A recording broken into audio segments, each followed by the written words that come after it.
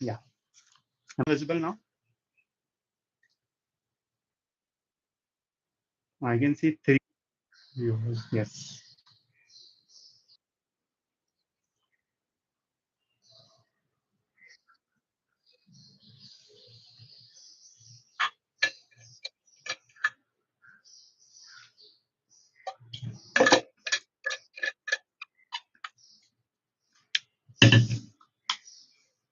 Good morning. Ohayo gozaimasu.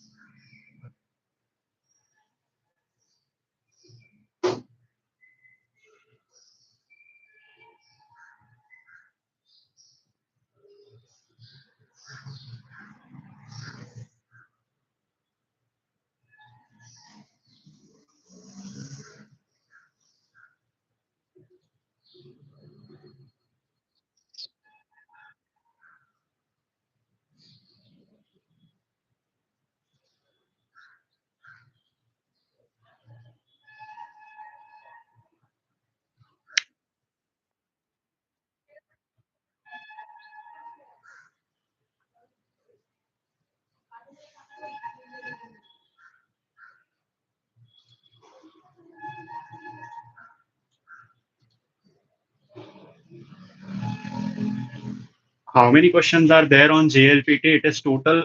There are basically three sections. There is a listening section. There is a grammar. Firstly, you will be starting with the vocabulary part. That is the language knowledge. Now, this language knowledge includes the language of grammar and your vocabulary. So, grammar and vocabulary include होते हैं. So, first आते हैं कांजी के questions. फिर बाद में है आते हैं vocabulary के questions. Then आते हैं grammar के questions. ठीक है. Total these marks include करके there are 60 मतलब 60 marks worth of questions होते. So then you move on to the reading part. That is another set of 60 marks का questions. So reading में you are have like it depends on what level you are. So for example, let's say if you are on a higher level, you will have something called as a chobun. Chobun is basically long passages, not short passages, long passages. And you have chubun, that is medium length ka passages. But because if you are, let's say, if you are in an N4 level or an N5 level, you will not have those kind of things. It will be just be a short passage. And there is another section where within the reading section, you also have a advertisement part. So advertisement के part में you have basically uh, like you will be shown an advertisement or let's say a catalog kind of a thing, and वो catalog को देख के you will have to answer the questions. So it depends. There is no fixed number of questions as such कि इतने ही number of questions पूछेंगे. It depends on what the JLPT wants to ask. But yes, they do follow a certain kind of pattern. For example, let's say अभी ये हो गया 60 marks का reading हो गया. Then there is also a listening वाला part. So in the listening part, there is basically something called as, let's say in the beginning they ask some questions like basic questions like how will you respond. Like let's say if somebody does something for you, let's say if you say like thank you for helping me, thank you for helping me, tetsudatte kurete arigatou gozaimashita. So how will you reply to that? Like there will be options basically. Let's say if there will be random options, for example, sorry, bye bye, and finally there will be you're welcome. So you have to remember ki you have to darken the you're welcome wala question. So there will be parts in that, but at the end of the day there is no fixed number of questions per se. They can change the number of questions, but the marks is 60 60 60. That is how the pattern is. Thank you.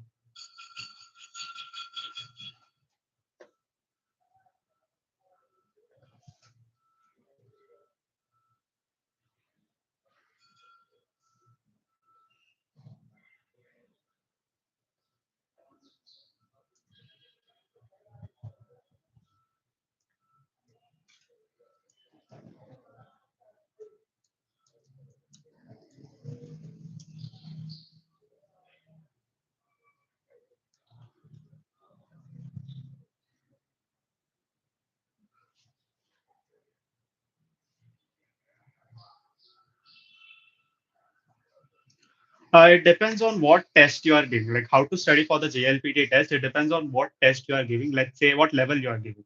So let's say in the beginners level, let's say JLPT N5 you're taking. So you have to start with the basics. That is a must. There is no like any other shortcut for that or any other methods, I would say.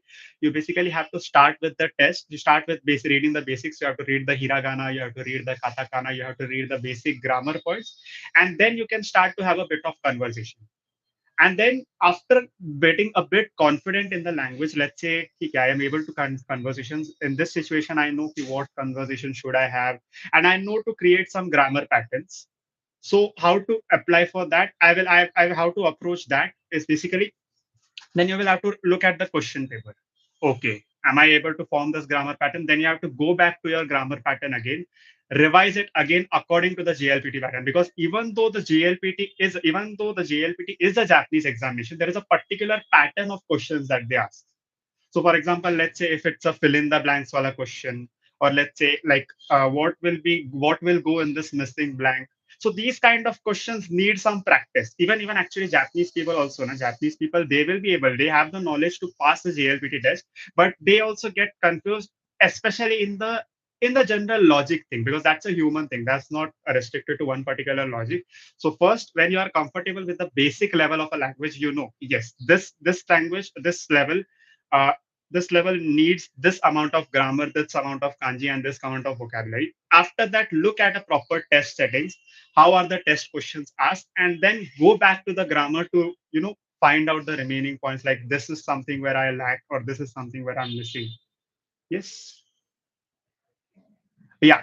Timing of each section in the JLPT N4. So basically, the total exam is of 180 minutes, as you might know.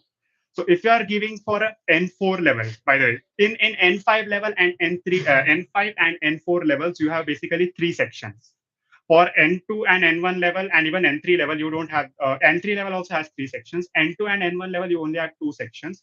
For N5, N4, and N3, it is basically first 25 minutes are given for the language knowledge, that is the vocabulary. Yes, and then you have a 55-minute section for grammar and reading.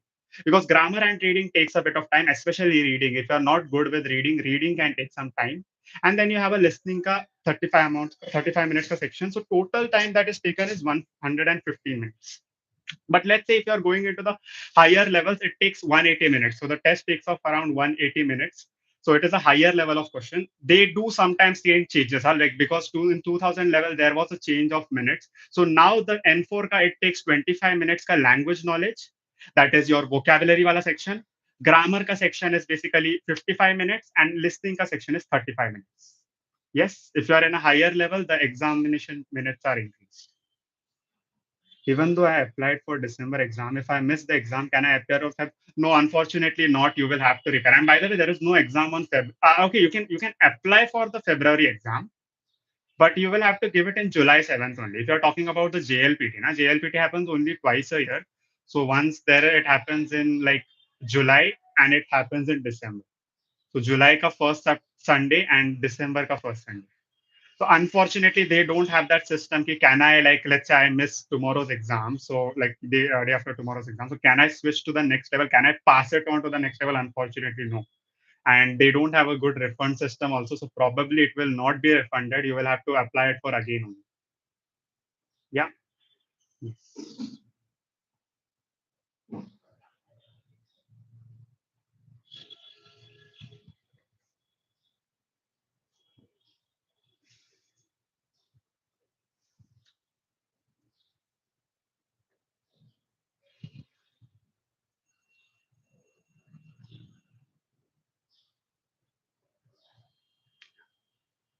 Yes.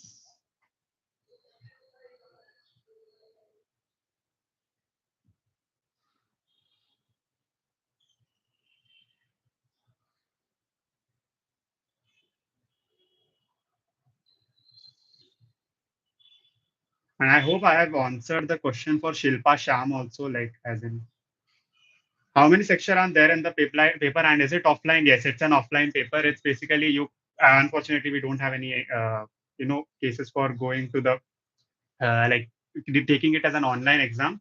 So it's basically going to be three sections. Yes. Now it depends according, again, it depends on level. Basically, the language wala section are three parts. There is going to be that general wala section. So for example, you will have a grammar vocabulary, you will have a reading, you will have a listening. These are the three parts. Grammar vocabulary together is called as a language knowledge. Now, in N5, N4, and N3, this language knowledge is divided. So the first exam, the first part will be a language knowledge wala section. For N5, it will be for 20 minutes. For N4, this section will be of 25 minutes. And for N3, it will be of 30 minutes. Now the second part, going to the second part, you have a mixture of language knowledge. Which mixture? It is the second part of the language knowledge, that is grammar. And you have reading. So language knowledge ka grammar and reading together.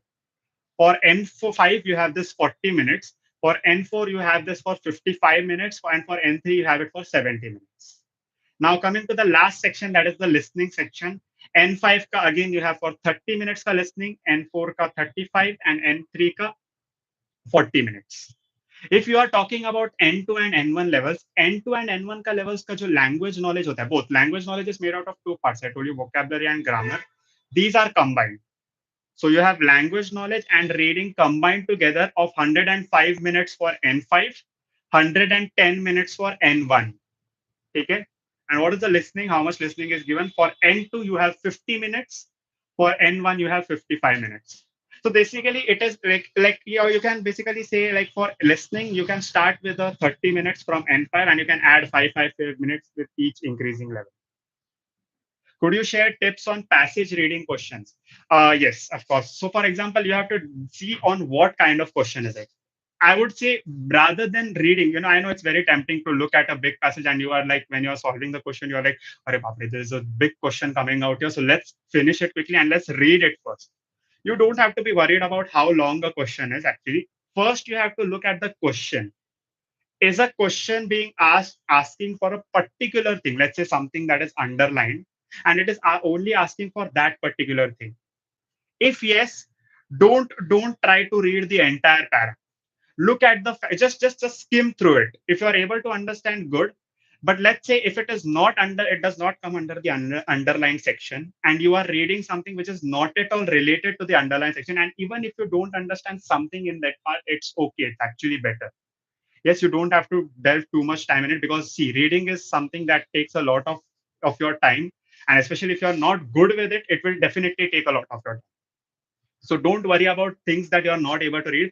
Not understanding one word, not understanding two words is genuinely not at all an issue. The understanding part should only be for the one that is the most important. So skim through the reading as quickly as you can. Just just see the words. I can just quickly skim through it, and then focus on the thing that has been asked, the question that have been asked. So first look at the question and then read the passage. This also goes for the like the posters or advertisement based questions. For example, you might have, let's say A and B are having a conversation and they are deciding on some certain houses. Let's say there is house A, house B, house C, house D, house E, and they are having a dialogue, and uske hisab se there is a rent. For example, A wants this rent, B wants this rent. There is a big catalog of all these houses. But do you have to read everything? Not at all. Please use problem solving skills to solve this. Actually, look at the questions first. Let's say if in the questions they have asked, what does A want? And in the options, it is 1 and 3, 3 and 4, 3 and 5, 5 and 6. So first you will read number 3 and number 5, because if anything goes wrong with 3, you only have one question that is left. If let's say 3 is not matching with any of the situations, you don't have to read anything else. You can just skim out. You can just remove the first three options and directly pick the last answer, that is 5 and 6. Because if 3 is wrong, everything is wrong. Like every other thing is also wrong. So I would say always try to understand it from the logic perspective first and then jump to the actual Japanese. Is there any practicing tool in TLS Sensei conducted in the mock test? But if I want to practice on my own, is there any tool? Yes, there are many tools to practice on your own. First thing that you can try, let's say if you have never given a mock test, go to the JLPT website. Go to the website of JLPT. If you want, I can just share the link also. It is basically JLPT sample papers. If you just write it, now you can give a self-assessment. Okay, there are yeah, on this website. I don't know if, I hope the link works. Yeah. So on this website, you will find a lot of sample papers. Pick according to the sample paper which you are like, which, depending on your level, pick the sample question paper. Then try to solve it on your own. Don't try to look at the answer. Try to solve it on your own, and then try to look at the answers once you're done on your own. If you know about an application called Thodai, there is a Thodai karke application, Todai. So this is a Play Store app. This also provides you with some 1 to 2 free question papers. So go there also, look for those question papers also. It will also help in if you want to read news articles about the JLPT according to your JLPT level. Let's say I know that I am this certain level of JLPT, but I don't know कि reading कैसा रहेगा, how will be the reading. What you should do, go to this Thodai karke app. There is a particular news section. There will be a news article. You can pick NHK and you can pick JLPT N3, and it will show you a news article that is according to your level. Look at it, read it. How comfortable are you? Are you able to read it very nicely? Good. ठीक है. Not able to read it? Go to a lower level. Click at N4. ठीक है. Are you able to understand this? Yes, this I am able to understand. So read all the N4 articles like आज का, कल का, परसों का, yesterday's, day before yesterday's, and then move to an N3 level. This is how you should practice for the exam in general. Yeah. And yes, how is each level different? How is each level different in difficulty? So let's see how.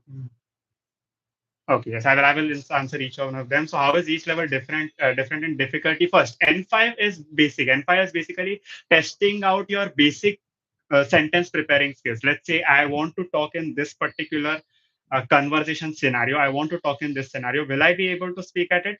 If you are able to form basic sentences, then yes, you are good to go with N5. But N5 does not expect you of you to know like advanced grammar patterns or even more different ways to say something. Let's say I want you to say N5 will teach you something like please do this. これをやってください. これをしてください. Like that. So it will ask you to please do this. What will N4 say? N4 will say, oh no, don't be that direct because please do it. It can sometimes it will N4 will include more nuances. So let's say N5 says that please do it. If you want someone to do something, please do it. これをやってください. Or let's say please eat it. これを食べてください. But N4 will tell you it might sound a bit more direct. So choose this other option called hoga e. Kore o tabeta hoga e this. It would be better if you eat it. I would like you to eat it. It would be better if you eat it. So these kind of a bit more nuanced patterns, nuanced grammar patterns that are more suited for when you are trying to starting to understand the Japanese culture. Because trust me, Japanese culture and their language are very closely intricate, interrelated. So as you are progressing with the language, you also have to look at the Japanese culture side by side because things are not same as they are in India or for any other country that matter. Their language is heavily influenced by how they behave in the society.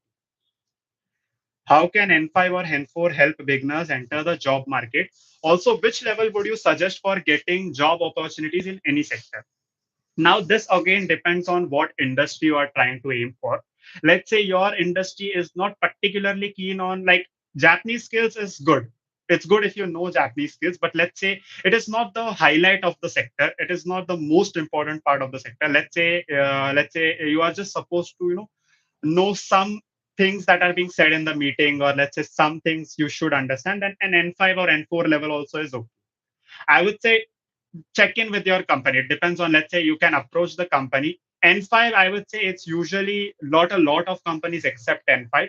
They start from N4 because N4 is the level, and it depends. It's not like at the end of the day, JLPT is just a certificate. So it depends more on how you are able to speak. And we in TLS particularly aim for speaking a lot because our teachers are also only IR teachers like to talk in Japanese. So after a certain level, they also feel something ki, like why are we not speaking Japanese? And they will start speaking Japanese with the person, like with the student after a certain level has been achieved. After the teacher says, yeah, the student knows basic grammar, I will speak in Japanese, and that helps in conversation. Now, what is the benefit of this? Let's say you have been showing an N5, you have got an N5 certificate, you convince your interview, like you convince your HR of that company, just ask the just let me speak to the person involved, and let me just speak to a Japanese person, any person for that matter, and you can try to converse with them. And you will realize that even for an N5 level, your conversation is very good, and that gives a good impression. I have seen people who have an N3, N2, and N1, and because they haven't focused on conversation, because why will I focus on conversation? JLPT does not have it, so why should I? That mentality is not a good mentality, and we also don't follow that mentality in JLPT, because at the end of the day, the main purpose of a language is conversation. So when you have good conversation skills, no matter, let's say even you go for a Japanese trip, just go for a trip for Japan. And even if you're talking some basic things, people will get impressed by the way you are speaking, by the nuances you are able to understand while speaking, the pitch, the tone. That only happens when you're speaking it in Japanese. So that is when. And at higher levels, of course, you will have much better Japanese opportunities. So let's say if you are going for, after you complete your N3, your opportunities get widened a lot, because now you can be selected for jobs that particularly ask for a lot of Japanese, let's say interpretation, translation, or let's say like translating the minutes of the meeting and things like that. How to talk with Japanese clients, how to deal with Japanese clients, what should be the cultural expectations from them. All these things are included once you level, once you are after an N3 level, after you cross an N3 level. N2 is a level where you can act as a proper interpreter. So you're a more confident interpreter. They will also judge you. And that's why conversation is also very important. N2 is where you are able to present yourself as, yes, I have done a good amount of study and I actually can conduct conversations very well. I know how to speak. I know I can understand common day Japanese. N1 as a level is something that is not necessarily required. I'll tell you, because a lot of grammar patterns in N1 are actually redundant. I wouldn't say, like, a lot of even Japanese people don't know them. There are like very abstract grammar patterns like koto tote, sazo, which unless and until you are not aiming for an academic purpose to learn Japanese, you would not need that. Unless and until you are like strictly going for any academic setting, let's say you are going aiming for a university, or let's say you are aiming for a job that requires that level of Japanese, you don't have to worry for going to N1. Yes. Yeah. Also, if you want to know, there are some other opportunities for N2 and N1 also. Once you reach the N2 level, you are given a certain level of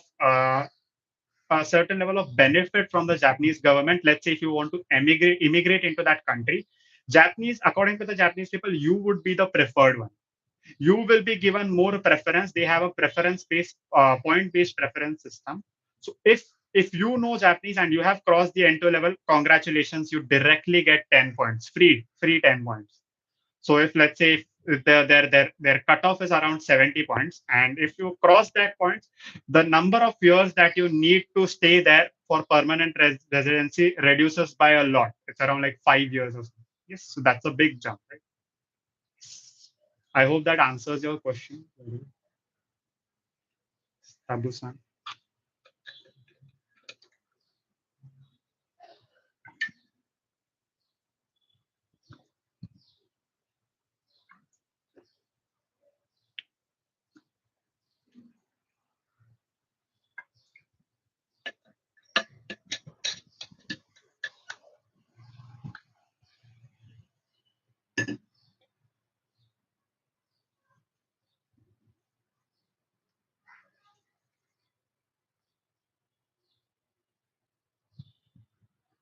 Yeah, welcome. You're welcome. Yeah.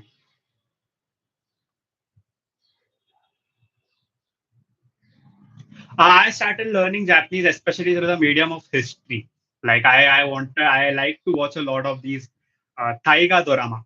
There is something called as taiga doramas, which are basically historical Japanese, you can say historical Japanese documentaries. So it is made by NHKs, and I watched one of them. It was something about like the founder of Toyota and something, and I loved the language that they speak. It was like, even though I did not understand a lot of it at that level, when I started it, I was like, okay, there is something that, that, and like the way they speak, the way it is sort of, you can bifurcate every sound, you can understand what every sound is trying to say, even from the tone of the sentence. So it sort of, pulled me through that pulled me to the language itself.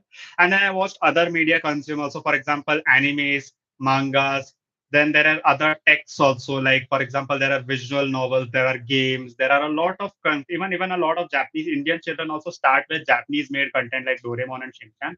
So when I saw them in like because it was like a nostalgia trip for me. So when I saw them in Japanese, I understood, oh, the way they speak, it's so different from what we are used to.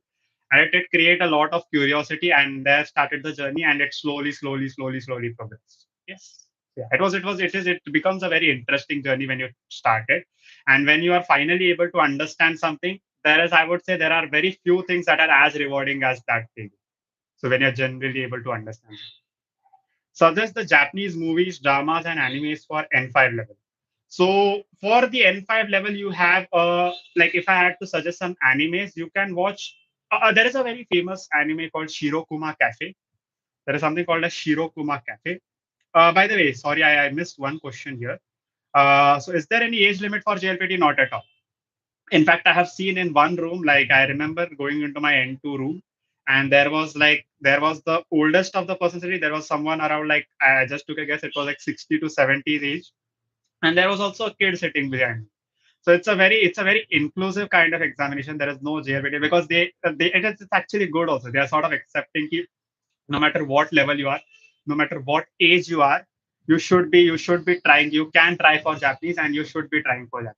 That is a very good positive like positive message that is being put to the JLPT examination. And if I had to suggest any Japanese movies, drama, and anime for N5 level, movies I can suggest something like, for example, let's say I can suggest actually an animated movie. So it can be both an anime and a movie. There is one anime called Shirokuma Cafe. So there is Shirokuma Cafe, which is usually suggested.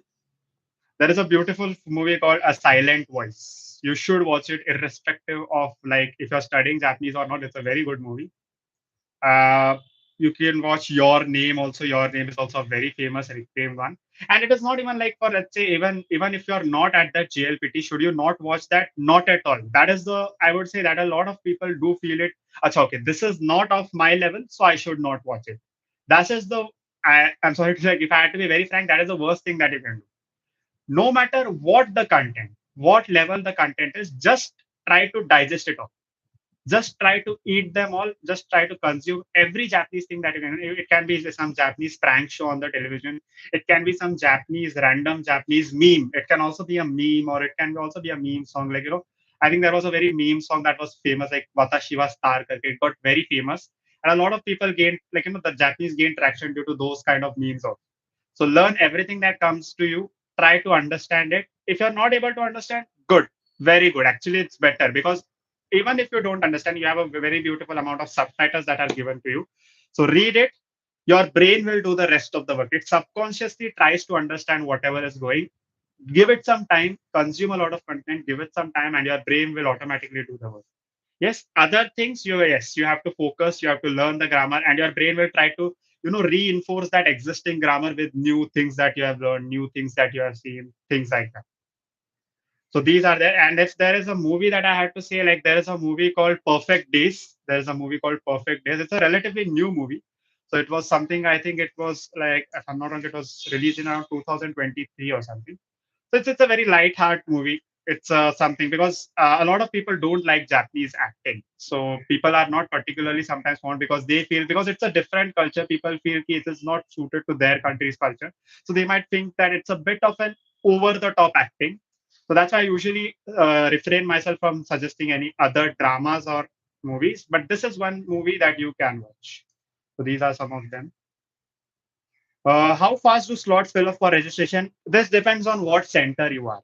I have seen, I think Mumbai is a center which is Mumbai, unfortunately, now they do not have the center. Like for some reason, they are not conducting the JLPT since the past 2 years. I remember 2023 they did. After that, 24, the entire year they did not do, and 25 also the year they did not do. And it is causing a lot of problem for people who have to now go to Pune to give the exam. So yes, so now Pune slots are filling faster. So that is one thing. If I had to say out of experience, the one center that is the most that fills its slots the most quickly is the Delhi center. What is the reason behind it? Look at the geography of the centers. Look at the centers where they are located. You go south, you have a center at Chennai, you have a center at Karur. So you have two centers within Tamil Nadu itself. Then you have a center in Bangalore, you have a center in Pune. Originally, you also had a center in Mumbai. But you are looking at almost all of them come under the peninsula. So almost all of them are like, on the peninsular side. If you go to a bit on the northern side of the country, you have one on the east, that is Kolkata. Other than that, you only have Delhi. So people from Gurgaon, Noida, people from Punjab, people from Rajasthan, people from Uttar Pradesh, Lucknow, people from Madhya Pradesh, mostly they go for Delhi. So all of them, when they go together, it fills the slots very quickly. So you have to be very careful about when the slots are there and when the slots are filled up. Some websites do give it like how many seats are remaining in the beginning only. If you can check the Chennai website, you can like no matter even if you are registering or not, the number of seats will still be available to watch. Yes, you can see how many seats are available, how many are still left. Yeah.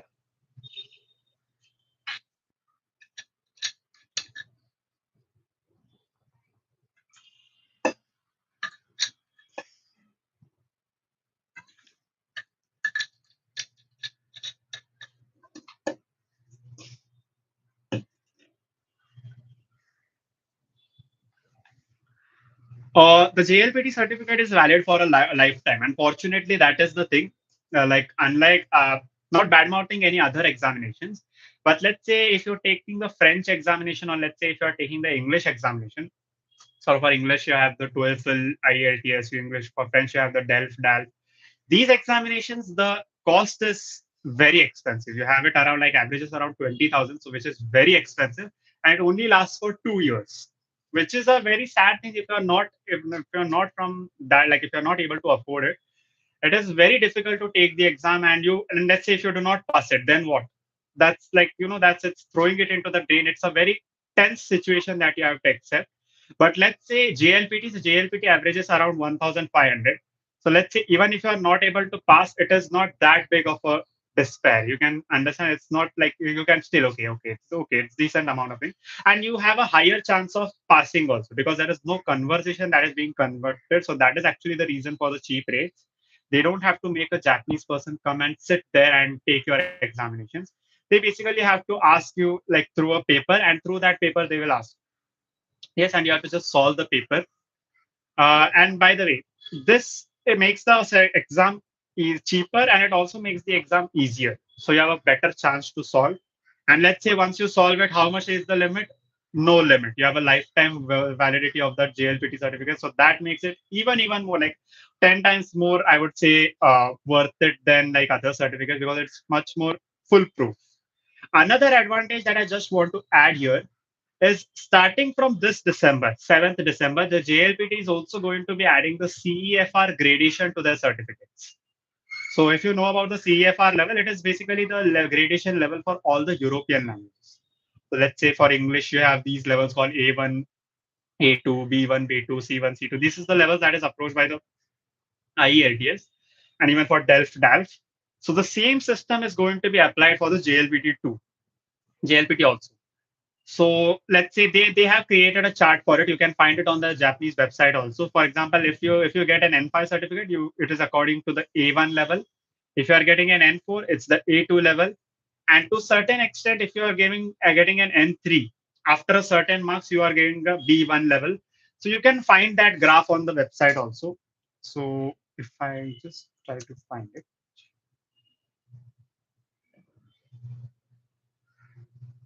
yeah. You can find the gradation of level like and by the way there is a very tangible benefit to having the CEFR printed out on your scorecard because what it does is it gives like for example people who are not familiar, especially companies who are not familiar with the JLPT framework, they are basically shown see it is according, there is also a relevance, there is also an equivalence to the CEFR that is a very well known framework. So you can see, you can gauge my level looking at the CFR frameworks also, and it gives a more better, or I could say, uh, reinsured assurance to the to your HRs or to your managers. Yeah, yes, you know these Japanese levels. And by the way, when the results will be declared, now you will be notified. Yes, at this level and this date, the results are going to come out. So please check it out. It's a general date for the entire country. There's no one center based result coming out or something. So it's a general country based. Now, how can you download the scorecard? You basically have to go to their website, go to their official website. You have to go to their link, And when you were applying for the exam, now you were also asked to create a password, and that also gets printed on your hall ticket, so you don't have to worry even if you don't remember it. You have to just take out your passport, write your name, write your password, and done. You'll get the scorecard, and you can have a PDF or a printed version of that also. And the physical copy gets delivered to your address that you have written in the application, and it takes a bit of time. I would say, like, let's say if the results come out after 1 to 2 months, around an average of 1 to 2 months, it takes even one more month or 1 or 2 months for the actual printed certificate to come out. And along with the printed certificate, you also get a mark sheet along with that, attached with that. So you have two parts of it: a certificate, which is directly stamped by the JLPT institution, that is the Japan Foundation, and you have at this side it has a very very reputed status. So there is that, and there is also a mark sheet that gets attached to it, so you can see the amount of marks that you have written. So if somebody asks for the marks, you can just simply give them the mark sheet also. Now, coming to the NAT. Also, is NAT more tough than JLPT? It depends. Again, it depends. Some people do feel that the NAT is a bit more harder than the JLPT, and some people say it is more difficult. I would say you don't have to worry about difficulty as much, because it's not something. I would say in the beginner levels, for example, let's say N5 and N4, I have heard from people, and I've seen it also. NAT is a bit more harder than the JLPT. Like, let's say with regards to the number of kanjis that are needed for the beginner level, let's say with regards to the grammar that is needed for a basic level, a lot of things that I've heard is JLPT ka grammar is much more easier in the beginner levels as compared to the NAT levels. So that is there. Other than that, when you go to the higher levels, the lines get very blurred. There is nothing called as a higher or even higher level, because when you are reaching JLPT N2 or N1, it is difficult to bifurcate that what is a higher level and what is a lower level. You are at a level which you should be able to, wherein you should be able to read a lot of things. So yes, unless and until you are giving some ancient, decrepit, random, like very rustic script or something of a very 15th century Japanese book, that would be of course a very higher advanced level. And that they don't. Fortunately for us, they don't do that. That is something that you understand. It's a tangible. It's something called as a classical Japanese. It's called kobun. Unless and until they are not giving out kobun in there, you don't have to worry about being hard or easy for any level. And they don't do even for NAT, because that would be ridiculous for any other person to learn.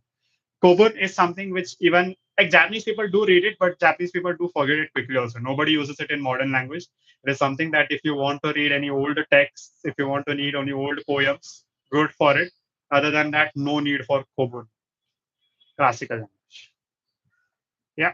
So this is the general consensus about regarding NAT being more tougher or easier than GLPT.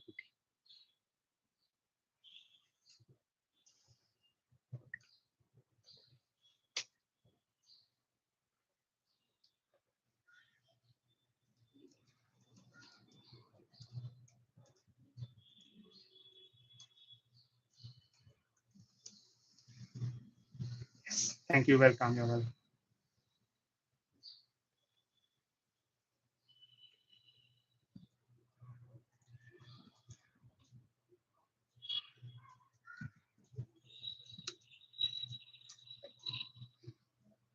Yes. I'm happy to hear that. Yes.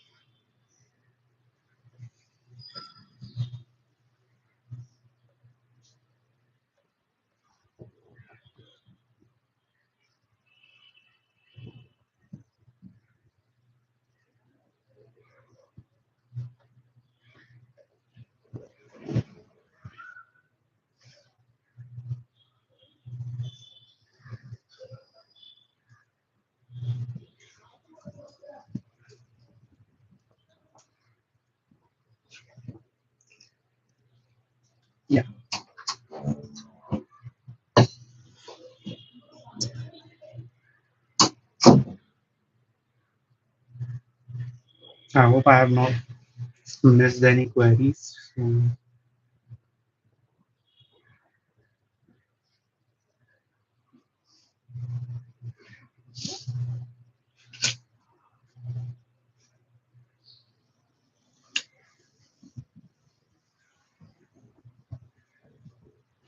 Oh, that is a very good question. Do you get the question paper after the exam? Unfortunately, no. That is not the case.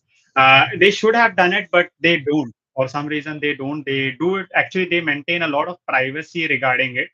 So I don't know why, but I think they do not want to reveal it. They don't want to reveal the question paper. They want to keep it very restricted.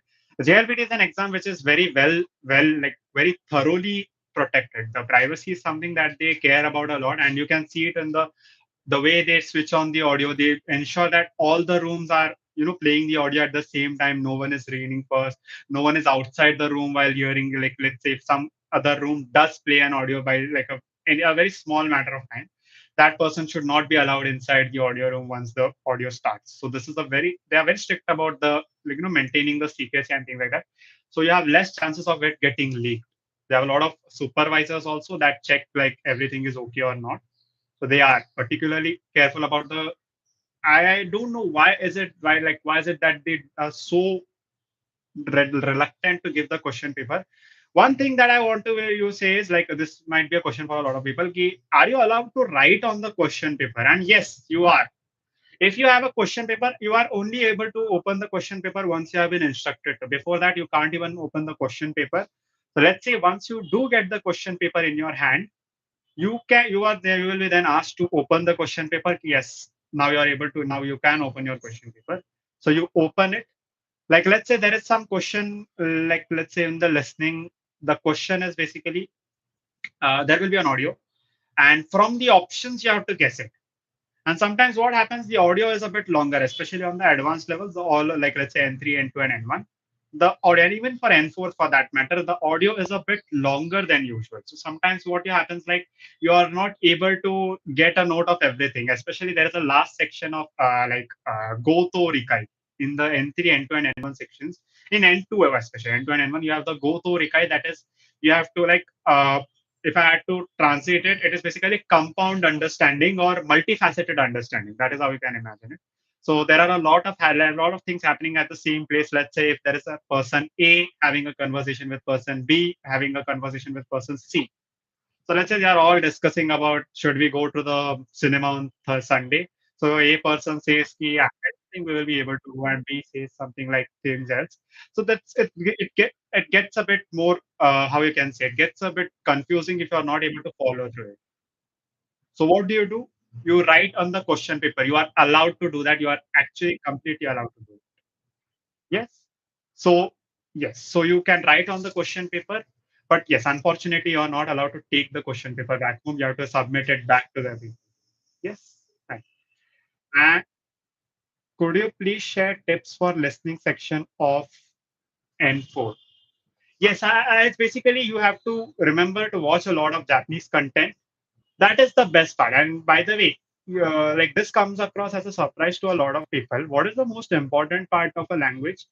Is it like, should I focus more on reading? Should I focus more on vocabulary? A lot of learners, that this is, take a tip from my side. A lot of learners I have seen, what do? They study the vocabulary. How do they study it? They study as if it's a bullet point kind of thing. This thing, this meaning. This thing, this meaning. I can assure you that there is no person, okay, I would say 90% of the people, I would just take a, like, safe guess for that. But there 90% of the people, even for learning any language, they don't rectify or they don't memorize the dictionaries, right? Like, you also learn the languages. What do? You saw a word in some written thing or listening thing, and then you went to the dictionary as a reference.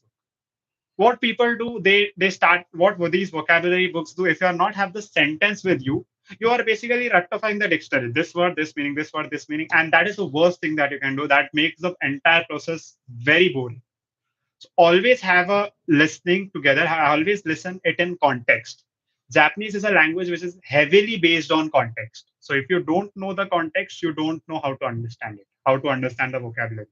Some things which are only understood in the Japanese context might not translate well into English language. For example, you have these words, like there is a very famous word called ikigai. Ikigai, which is like there is a like the most common English spelling, I would say, the reason for living, or the raison d'être. Raison d'être, you have a French word for that that has come into English also. That is the closest translation that you can have, but you will understand that there are more nuances to that. There are more nuances to other words, like say omoiyari. Omoiyari is kindness to someone. And it's not just kindness. It is a innate feeling that you get when you see someone in trouble, and you choosing particularly to choose the generous, to go and do the generous thing. It includes a lot of nuance behind it, and it is better to understand this nuance. And this nuance is only understood when you are reading it in a sentence. You have these words like which are like, I call them chameleon words. Like they can mean a lot of meanings depending on the context. So it only you are only able to understand the gist of it, or the most important understanding of that word, if you are able to read it through sentences. Like let's say you have the word mesu, or let's say you have the word oru, iru, these verbs. They are these verbs. So there are a lot of different contexts. Kakeru, kakeru, kakaru, jikanga kakaru. Like it takes time. Or let's say koto kakeru. Koto kakeru means you put on your coat. These kind of things. So there are different ways to say that. Yes, so you have to remember it to understand it from context. And if I had to say like tips for listening section, then yes, you can follow the general pattern of like let's say going through the entire like listing these audio. Listen to the Minna no Nihongo audio files. That is your best help. Listen to every Japanese thing that comes to you, and you will be good to go. It's a very good tip for learning that. Yes. So I will be ending the lecture here. So I hope you are like any person who watches this stream, they do.